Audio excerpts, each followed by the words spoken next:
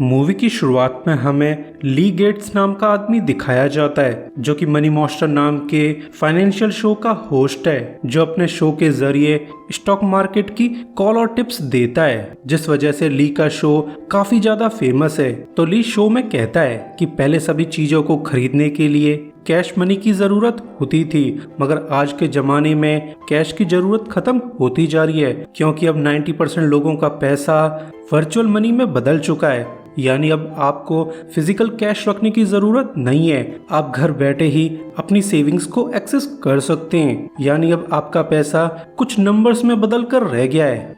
Virtual money की जरूरत high speed transactions को डील करने के लिए आई थी, क्योंकि आज के दौर में कोई भी इंतजार करना नहीं चाहता, क्योंकि सभी लोग यही चाहते हैं कि उनके ट्रांजैक्शंस का सेटलमेंट विद इन सेकेंड्स हो जाए। जैसे कि स्टॉक मार्केट में एक ट्रेडर को अपनी डील विद इन सेकेंड्स करनी होती है, क्योंकि शेयर की प्राइस कुछ ही सेकंड में बहुत ऊपर नीचे हो जाती है। तो अगर ट्रांजैक्शन की स्पीड तेज न हुई तो ट्रेडर्स स्टॉक मार्केट में ट्रेड नहीं कर पाएंगे। मगर जो भी हो, हर चीज में कभी न कभी प्रॉब्लम्स आई जाती हैं, और ऐसा ही हाल आईबिस कंपनी के साथ हुआ है। आईबिस कॉर्पोरेशन एक फाइनेंशियल कॉर्पोरेशन है जिसने एक तरह के एल्गोरिदम्स डेवलप किए थे जिनके थ्रू हाई स्पीड ट्रेडिंग की जा सकती थी। तो कुछ ही समय में ये एल्गोरिदम फेमस हो गया, साथ ही उसको डेवलप करने वाले कंपनी के शेयर भी आसमान छूने लगे, और बहुत से स्टॉक ब्रोकर्स भी इनके एल्गोरिदम्स को यूज करने लगे। जल्दी सभी ट्रेडर्स को हाई स्पीड ट्रेडिंग की लत लग गई। मगर एक दिन आईबिस के एल्गोरिदम में एक ग्लिच आ गया, यानी कि एक टेक्निकल एरर जो कि बस कुछ सेकंड्स का था। मगर इतने ही टाइम में आईबिस कंपनी को $800 मिलियन का लॉस हो गया, और कुछ ही दिनों में उनकी शेयर प्राइस $75 से $8 तक गिर गई। यानी अब ये शेयर्स रद्दी के दाम बिक रहे थे, जिससे हजारों ट्रेडर्स पूरी तरह से बर्बाद हो चुके हैं। तो ली अपने शो में आईबिस कंपनी के लिए हाइप क्रिएट करते हुए बोलता है कि भले ही आईबिस कंपनी के शेयर प्राइस गिर गए, मगर ये आप लोगों के लिए बेहतर अपॉर्चुनिटी है, जहां आप इन शेयर्स को सस्ते दामों में खरीद सकते हैं, और भविष्य में इसका शेयर दोबारा से उठ खड़ा होगा।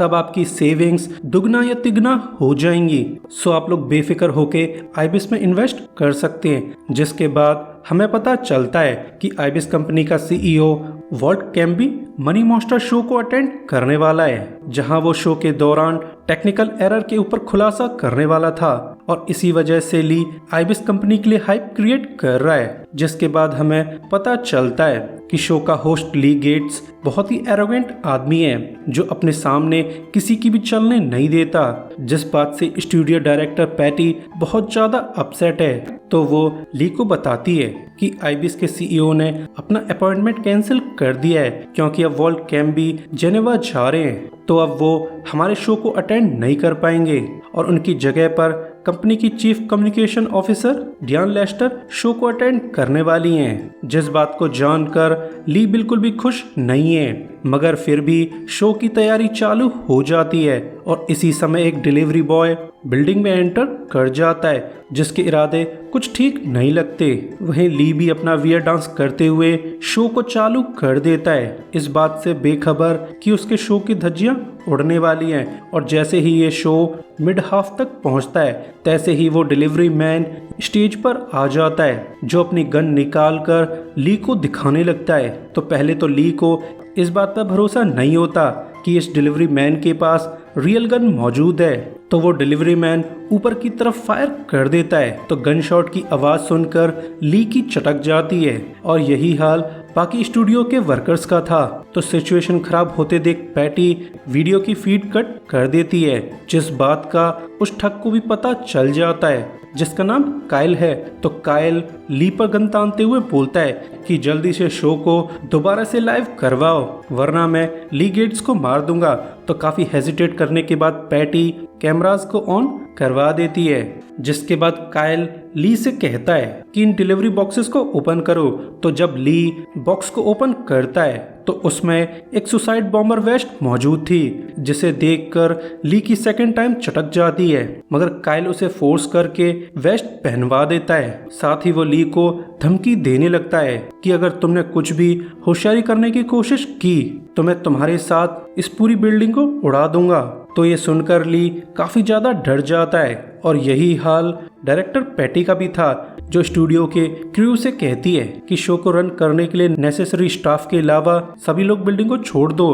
तो ये सुनते ही क्रू बिल्डिंग से बाहर भाग जाता है और यही सब सीन बिल्डिंग के सिक्योरिटी इंचार्ज ने भी देख लिया था, तो वो जल्दी से पुलिस को अलर्ट कर देता है। तो थोड़ी ही देर में पुलिस बिल्डिंग को घेर लेती है, मगर वो सिचुएशन को फुली समझने से पहले कोई भी एक्शन लेना नहीं चाहते। साथ ही वो लोग काइल की पूरी जन्म कुंडली निकालने लगते हैं, क्योंकि उन्हें समझ नहीं आ रहा है कि इस काइल की दुकान में ऐसी भी क्या आग लगी जो एक टीवी शो में जाकर तमाशा खड़ा कर रहा है। और इसी समय ली की हालत भी खराब होने लगती है। साथ ही वो पैनिक करने लगता है, क्योंकि जो भी हो आज उसकी लगने वाली है। तो पैटी उसे तसल्ली देने लगती है, जिसका कोई भी फायदा नहीं होता। जिसके बाद हमें पता चलता है कि काइल कोई ठग, क्रिमिनल या टेररिस्ट नहीं है, बल्कि वो तो एक नॉर्मल सा आदमी है, जिसने कुछ समय पहले काइल का टीवी शो देखना चालू कर दिया था, जो कि उसे काफी पसंद आया था। और फिर काइल ने 1 महीने पहले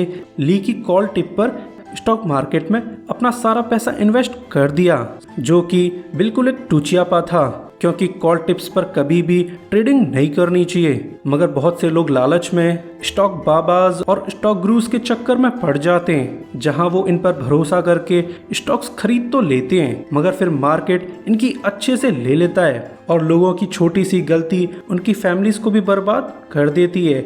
और ऐसी ही एडवाइस का शिकार काइल हो चुका है, जिसने ली की एडवाइस पर आइबिस कॉर्पोरेशन के स्टॉक्स खरीदे थे, मगर रीसेंट टेक्निकल एरर की वजह से उसका पूरा पैसा डूब चुका है। तो अब बंदे को इस सब के लिए किसी को तो ब्लेम करना था।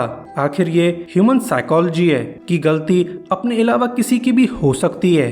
तो अब काइल को लगता है कि उसकी जिंदगी की वाट ली की वजह से लगी है और अब वो ली की भी धज्जियां उड़ाना चाहता है। वैसे काइल की नज़र में स्टॉक मार्केट एक स्कैम है, जिसमें बड़ी बड़ी कंपनीज और स्टॉक ट्रेडर्स मिलकर लोगों को लूट रहे हैं, क्योंकि ये लोग मनचाहे जब मार्केट को मैनिपुलेट कर देते हैं, जिससे इनका तो खूब सारा पैसा बन जाता है, मगर छोटे छोटे ट्रेडर्स की कपड़े फटने तक की भी नौबत आ जाती है।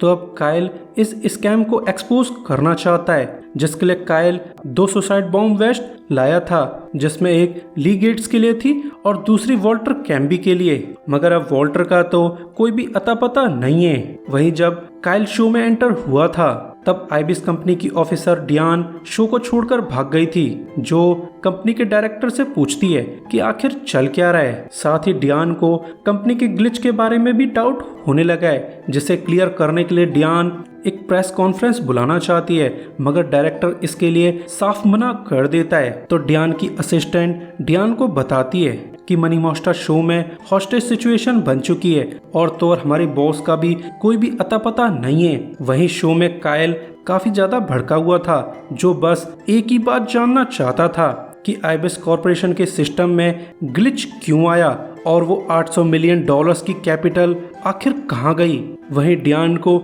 डर लगने लगता है कि कहीं काइल ली को शो के दौरान मार ना दे, और अगर ऐसा उसने कर दिया तो उनकी कंपनी की रही सही इज्जत की भी उड़ जाएगी।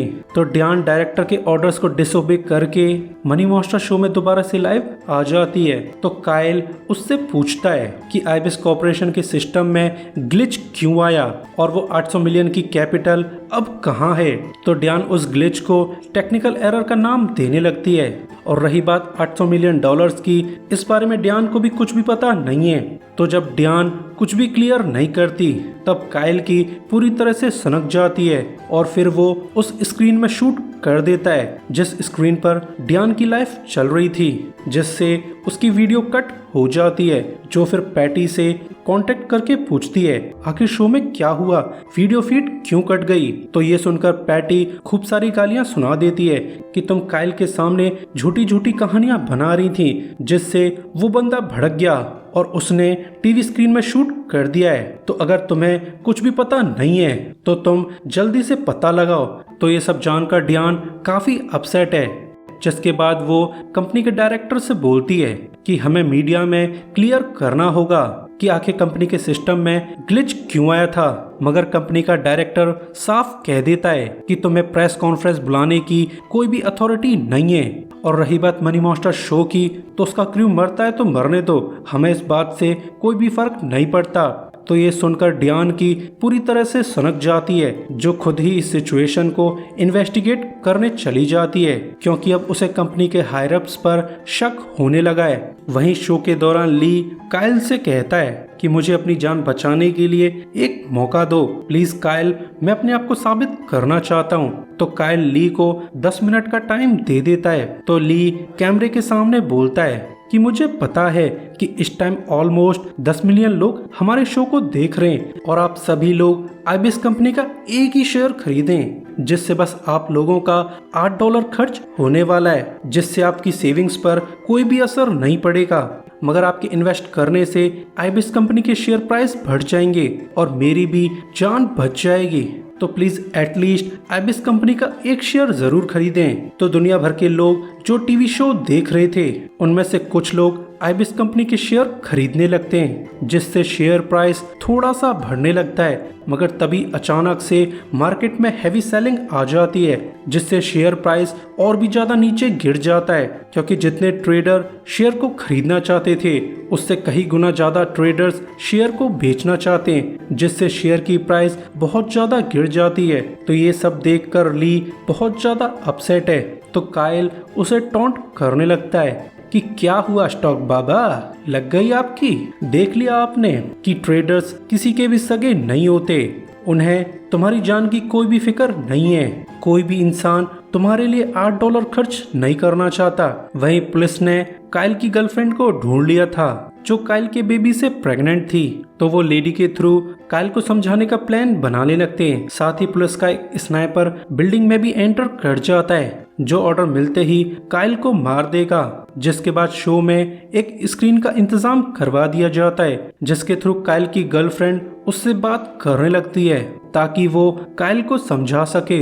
मगर ये लेडी तो तीखी मिर्ची थी, जो काइल को अच्छे से सुनाने लगती है कि तुम्हारे जैसा घटिया आदमी मैंने कहीं नहीं देखा, जिसने हमारी जिंदगी भर की कमाई बकवास से स्टॉक में लगा दी और अब पैसा डूबने की वजह से हम लोग कंगाल हो चुके हैं। तो ये सब सुनकर काइल बहुत ज्यादा दुखी है। वहीं डियान एक एयरफील्ड जाकर वॉन्जून नाम के आदमी को कांटेक्ट करती है, जिसने आईबीएस कंपनी का एल्गोरिदम डेवलप किया था। तो डियान को वॉन्जून से पता चलता है कि एल्गोरिदम में कोई भी प्रॉब्लम्स नहीं है और जो भी एरर सिस्टम में आए हैं वो ह्यूमन मैनिपुलेशन का नतीजा है। किसी ने जानबूझकर आईबीएस कंपनी के सिस्टम से छेड़खानी की है। तो ये सुनकर डियान को अपने बॉस पर शक होने लगता है, पर तभी एयरफील्ड पर वॉल्टर कैम्बी का प्लेन लौट आता है। तो हमें पता चलता है कि वॉल्टर और डियान लवर्स हैं। तो डियान चुपके से वॉल्टर का पासपोर्ट चेक करने लगती है, तो उसे पता चलता है कि वॉल्टर तो जेनेवा गया ही नहीं था, बल्कि वो तो अफ्रीका गया था। यानी वॉल्टर ने सभी लोगों से झूठ बोला था। तो वो ये बात पैटी को बता देती है। तो पैटी 2 हैकर्स को कांटेक्ट करके कहती है कि तुम जल्दी से वॉल्टर कैम्पी के सिस्टम को हैक करो और पता लगाओ कि आखिर लास्ट 7 डेज में वॉल्टर कहाँ गया था और वो किस किस से मिला था। वहीं पुलिस का कैप्टन डिसाइड करता है कि वो लोग ली की बॉम्बिंग वेस्ट पर लगे ट्रिगर को शूट करने वाले हैं, यानी उनकी गोली ली को भी जरूर लगेगी, जिसमें 30% चांसेस हैं कि ली गोली लगने से मर भी सकता है। मगर फिर भी वो इस प्लान को फॉलो करने लगते हैं, पर उन्हें इस बात का अंदाजा नहीं था कि पैटी की असिस्टेंट उनकी बातें सुन रही थी, जो पुलिस का प्लान पैटी और ली को बता देती है।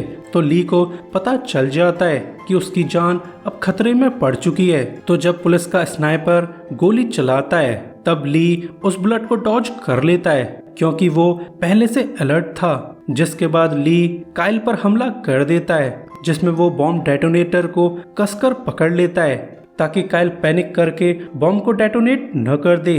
तो ली काइल से कहता है कि आईबीएस कंपनी का सीईओ वॉल्टर कैम्पी मिल चुका है, जो कि इस समय फेडरल हॉल गया है। तो तुम चाहो तो वॉल्टर से सवाल कर सकते हो। साथ ही अब मैं भी ये जानना चाहता हूँ कि उनके सिस्टम में आखिर क्या प्रॉब्लम्स आई थी।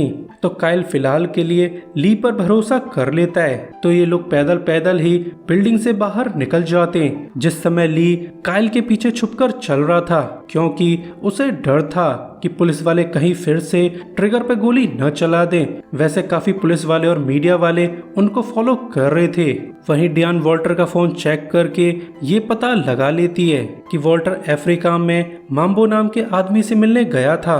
तो वो ये बात पैटी को बता देती है, जो जल्दी से माम्बो के बारे में जानकारी निकालने लगती है। तो उसे पता चलता है कि माम्बो तो अफ्रीका में मौजूद प्लेटिनम माइन में काम कर रहे लोगों का यूनियन लीडर है, जिसने हाल फिलहाल में वर्कर्स के साथ मिलकर स्ट्राइक लगा रखी है। और इसी समय पैटी को रॉन नाम के आदमी का कॉल आता है, जो पैटी को इन्फॉर्म करता है कि जिस समय आइबिस कंपनी के सिस्टम में ग्लिच आया था, उसी समय कंपनी की शेयर कैपिटल में से 800 मिलियन निकाले गए थे, जो सीधा वॉल्टर के अकाउंट में गए थे। तो ये जानकर पैटी को कंफर्म हो जाता है कि वो ग्लिच ह्यूमन मैनिपुलेशन की वजह से आया था और 800 मिलियन की हेराफेरी के पीछे वॉल्टर कैम्बी का हाथ है। वहीं वॉल्टर को भी पता चल जाता है कि डियान को उस पर शक होने लगा है। साथ ही ली और काइल भी उसकी तरफ आ रहे हैं। तो वॉल्टर यहाँ से भागने लगता है, मगर वो भागने में कामयाब हो पाता उससे पहले ही ली और काइल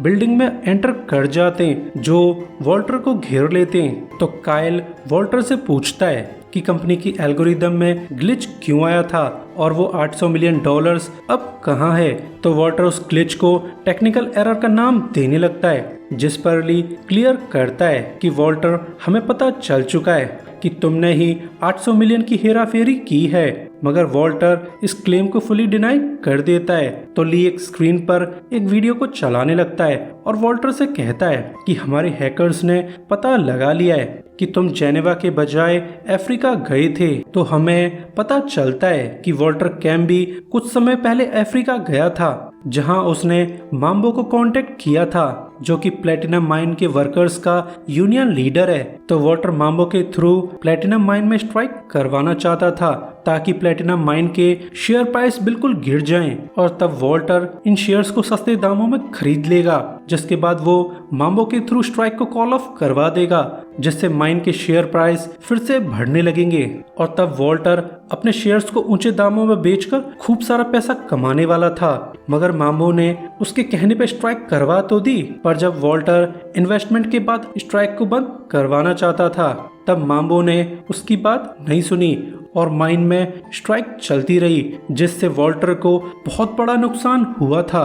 और उसी चीज को हैंडल करने के लिए वॉल्टर आज अफ्रीका गया था। तो हम वीडियो में देखते हैं कि माम्बो और वॉल्टर के बीच तगड़ा आर्ग्यूमेंट चल रहा है। तो यहाँ क्लियर हो जाता है कि ये सब कुछ वॉल्टर का किया धरा है। तो काइल गुस्से में आकर वॉल्टर को बॉम्बिंग वेस्ट पहना देता है। साथ ही वो वॉल्टर से दोबारा से क्वेश्चंस करने लगता है, मगर वॉल्टर काफी बेशरम था, जो उसकी बातों का ढंग से जवाब नहीं देता। मगर जब काइल वॉल्टर को मारने की धमकी देता है, तो वो लास्ट में आकर एक्सेप्ट कर लेता है कि उसने ही सिस्टम में ग्लिच को पैदा किया था, ताकि वो 800 मिलियन डॉलर्स निकाल सके, जहां वो माइन की स्टॉक प्राइस को मैनिपुलेट करके खूब सारा पैसा बनाने वाला था। मगर किस्मत ने उसका साथ नहीं दिया। एंड लास्टली वॉल्टर ये भी क्लेम करता है कि उसने कुछ भी गलत नहीं किया है, जो भी उसने किया है वो तो प्योर बिजनेस था। और अपनी नज़र में वॉल्टर ने कोई भी क्राइम नहीं किया है, क्योंकि ऐसे स्कैम तो बड़ी बड़ी कंपनियां रोज करती हैं, जो स्टॉक प्राइस को मैनिपुलेट करके खूब सारा पैसा बनाती हैं। और अगर छोटे ट्रेडर्स बर्बाद भी हो जाएं, तो इस बात से किसी को भी फर्क नहीं पड़ने वाला है, क्योंकि उन लोगों से हमने तो नहीं कहा था कि स्टॉक्स में इन्वेस्ट करो।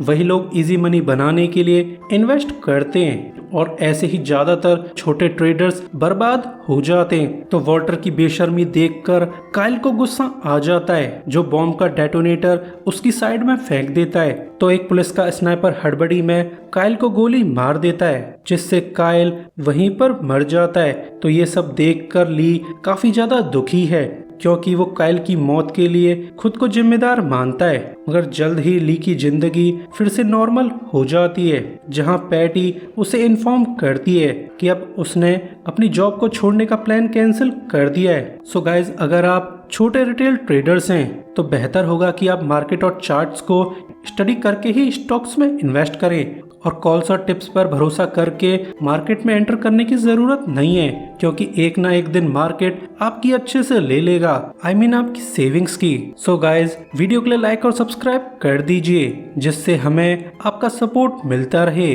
और इसी के साथ ये वीडियो एंड हो जाती है। सो अभी के लिए good bye, thanks for watching.